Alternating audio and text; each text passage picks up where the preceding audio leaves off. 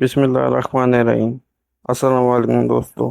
नाजरीन, आप देख रहे हैं मेरा यूट्यूब चैनल साइंसदानों और मुसलमानों के नए चांद में फ़र्क।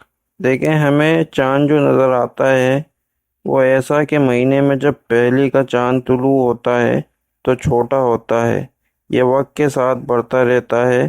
पहले बिल्कुल बारीक बाल की तरह पतला होता है, फिर रोज़ाना मोटा होता जाता है और मोटा होते होते जब 15 शाबान होती है तो कामिल चांद गोलाई की शक्ल में आ जाता है।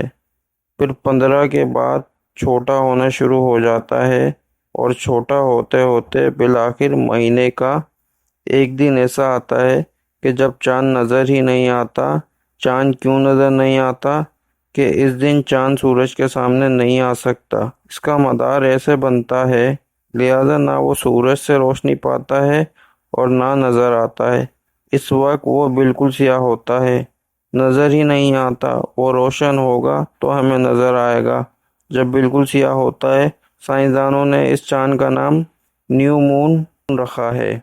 नए चांद तो साइंसदान के नज़दीक नए चांद की कैफियत ये होती है कि वो बिल्कुल सियाह होता है, नज़र ही नहीं आता। मुसलमानों का चांद एक है। हम मुसलमान का नया चांद, हम नया चांद इसे कहते हैं जो पहले का चांद होता है। इसको क्रीसेंट कहते हैं। जब वो हिलाल नज़र आए तो हम लोग इसको कहते हैं नया चांद।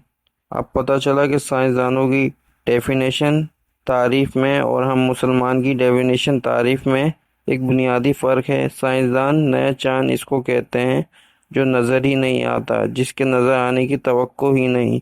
और हम मुसलमान नया चांद कहते हैं जब नज़र आए तो बिल्कुल बारीक हो, हिलाल बन जाए, इसको हम नया चांद कहते हैं।